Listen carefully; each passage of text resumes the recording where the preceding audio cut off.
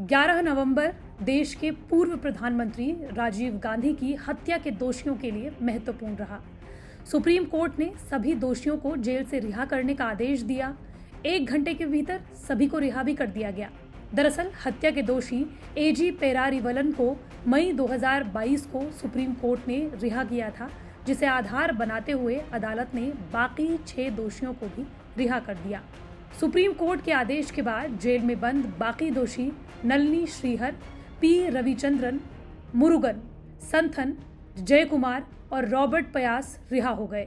Supreme court ने कहा कि अगर इन दोषियों पर कोई दूसरा मामला नहीं है तो इन्हें रिहा कर दिया जाए। नलिनी और रविचंद्रन दोनों 30 साल से जेल में बंद थे। राजीव गांधी हत्या में सबसे ज्यादा चर्चा नलिनी की रही, जिससे 2008 में प्रियंका गांधी ने तकरीबन 90 मिनट मुलाकात भी की थी। रिहा होने के बाद नलिनी ने एक टीवी चैनल से बात की।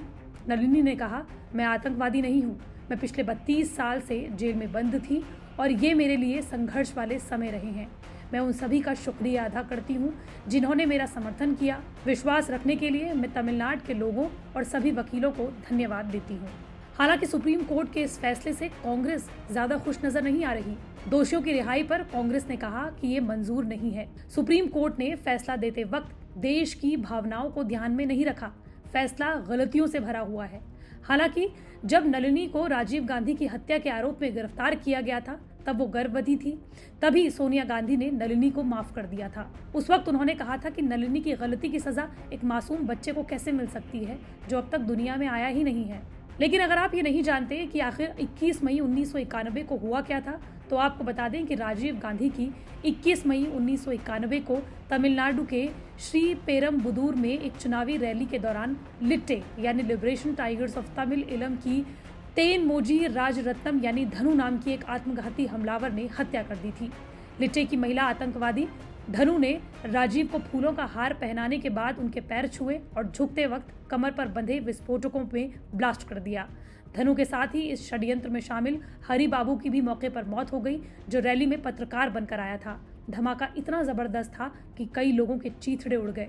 राजीव गांधी और हमलावर धनु समेत 16 लोगों की घटनास्थल पर मौत हो गई और 45 लोग गंभीर रूप से घायल हो गए। दरअसल श्रीलंका में 70 के दशक से ही लिट्टे यानी लिबरेशन टाइगर्स ऑफ तमिल इलम श्रीलंका में एक अलग स्वतंत्र तमिल राष्ट्र बनाने के लिए आंदोलन कर रहा था। अपनी मांगों को लेकर लिट्टे धीरे धीरे उग्र और हिंसक हो गया। लिट्टे और श्रीलंकाई सेना में हिंसक टकराव बढ़ने लगा। नतीजा ये हुआ कि श्रीलंका में गृह युद्ध शुरू हो गया, जिससे प्रभावित तमिल भारत आने लगे।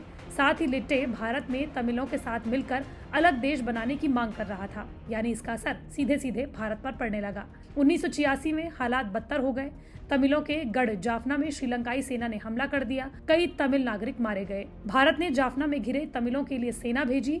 इस ऑपरेशन को पवन नाम दिया गया। जब श्रीलंका की सेना ने भारत की मदद को रोक दिया, तब भारत ने ऐलान किया कि वो हवाई रास्ते से तमिलों को मदद पहुंचाएगा, जिसे एक युद्ध माना जाएगा।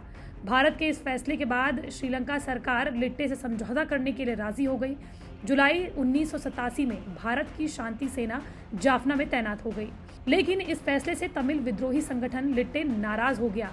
आलम यह था कि राजीव गांधी जब 1987 को इस शांति समझौते के लिए पहुंचे तो एक सैनिक ने उन पर अपनी बंदूक के बट से हमला कर दिया।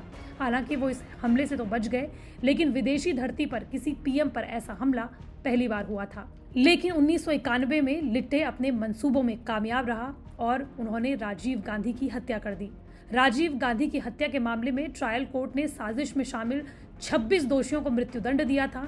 मई 1999 में सुप्रीम कोर्ट ने 19 लोगों को बरी कर दिया। बचे हुए 7 में से 4 आरोपियों, जिसमें नलिनी, मुरुगन उर्फ श्रीहरन, संथन और पेरारीवलन शामिल थे, उनको मृत्युदंड दिया गया और बाकी दोषियों यानी रविचंद्रन, रॉबर्ट पायस और जय कुमार को उम्र कैद की सजा सुनाई गई। चारों की दया याचिका पर तमिलनाडु के राज्यपाल ने नलिनी की मृत्युदंड की सजा को उम्र कैद में बदल दिया और बाकी आरोपियों की दया याचिका को 2011 में राष्ट्रपति ने ठुकरा दिया। लेकिन अब तमाम दोषियों को रिहा कर दिया गया है। लेकिन इस पर आपकी क्या राय है, हमें कमेंट बॉक्स पर जरूर बताएं।